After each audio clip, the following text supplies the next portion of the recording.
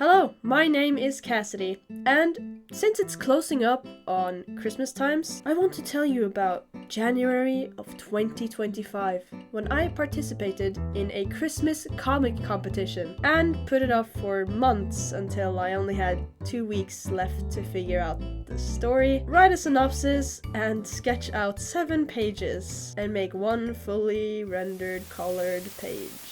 So please, grab a cup of hot chocolate, a blanket, and chillax, as I tell you about what this competition was all about. I'll also give you some speed paints of the pages in the background while I explain. Okay, the competition was made by Egmont, the queen publisher for all epic fantasy graphic novels in Norway. They announced it on the website serie.no. The competition had 3 prizes you could win. If you landed 3rd place, you would win $2,000 or 20,000 kroner. If you landed 2nd place, you would win $3,000 or 30,000 kroner. And if you won 1st place, guys, you would win $15,000 or 150,000 kroner. Plus, you would get published in their Christmas booklet, like this. You would be paid while working on finishing your comic before it would get sold in stores all over Norway for Christmas. Actually, at this time, the winner has probably made their comic now. Damn, I wonder who won. I'll look out for that in the stores. All of that to say, I had to test my luck. After all, I had 3 months to work on it. What the fuck could go wrong? Shit, there's only 2 weeks left. What? Where did all my time go? Oh.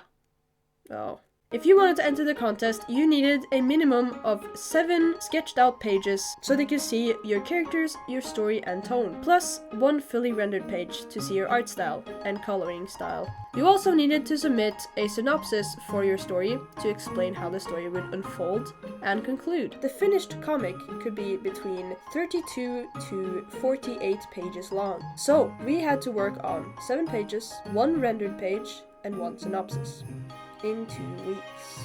I got to work. First off, story. I knew I wanted to tell a short story from Glace's childhood. The whole gist of her childhood is that it's the most cozy thing ever. She grew up in a village far north called Blueberry Hill Village, which basically brands itself on being like the best Christmas village ever. So what would happen in the story? The plot. Where are we going? I settled on a classic tale of saving Christmas. Trine, vent, hvorfor skal vi ringe nissen? Fordi hvis ikke så blir det ingen jul i år.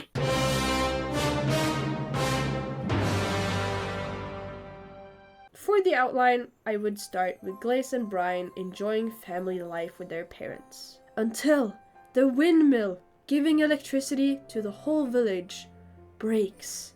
This makes the electricity go down. No Christmas lights. This makes Glace and Brian's parents pay less attention to them and more on the windmill to try and fix it. It's now 2 days left until Christmas, and Glace and Brian gotta do something about this. They can't just wait on their butts anymore. They take their neighbor kid, Roxy, and go to the library, and they search for information. They find something about an old Morsk mining system under the village. Old trains were stored there, with potentially some Morsk crystal shards left around them. Thus, the search for the mines begin. Morsk crystals are a powerful energy source from the country of Morskland. When this crystal was faced with freezing temperature, it produced heat and electricity. Every town in Morskland has one of these to keep the ice-cold, howling winds out of reach. I started sketching. I wanted to use the first page in the comic to show the world how cozy the Siriona household is around Christmas. They bake, they sled, they get hot cocoa, and look at advent calendars on the TV in the evenings. Glace and Brian's childhood is molded after my own. Me and my brother's parents would take us out sledding, then we'd go back inside and get some hot chocolate with marshmallows and look at advent calendars on the TV. We'd bake and listen to cozy Christmas music. Our parents would also read for us. I especially remember my dad reading The Hobbit for me and my little brother, and we'd sit on each side of him and he'd narrate the whole book for us, make funny voices for the characters, and explain information if something was difficult to understand. I love my parents and family for the childhood that I got. I may not always act like it, but I'm very thankful for it. It's a gift not everyone gets. So I intended to honor that here, in this little Christmas story, and with Glace's childhood in general. Back to the practicalities of this comic. On the first page, Glace is waking up and wakes up Brian too. The first snow of December has fallen, and they've gotta go outside and enjoy it. On the second page, the children bake with their mother, and Dad comes in with sleds. Yay! Sledding time! On the third and fourth page is a double spread establishing the sledding hill shot. Oh, and that page is supposed to like show the townspeople, but due to restricted time, they're blobs. The fifth page shows Glace going fast with her father downhill, and then shows Brian and his mother going on a smaller hill, much slower. Glace and her dad fall off the sled. Glace face plants, but still wants to sled more. On the sixth page, Mom and Brian wants to go back home. Glace protests and wants to sled more, and on a bigger hill. Dad says they can do it next time. And in the story, it would be like the next time would be down like when they were trying to find the Morse mining systems. They would get like a big hill to like an opening to a cave or something, and they would have to sled down there. And she's like, yes, finally I get to sled down the biggest hill. On the seventh page, they're back home, they get hot chocolate, and they watch the Christmas Journey to Atlantis. Julereisen til Atlantis. By Adexio on YouTube. The best advent calendar we have in Norway. Joking, but like it's good though. On the eighth page, we see the kids enjoying the show and focus more and more on the windmill. We see it go dark, inactive, and boom, the story starts at page 10.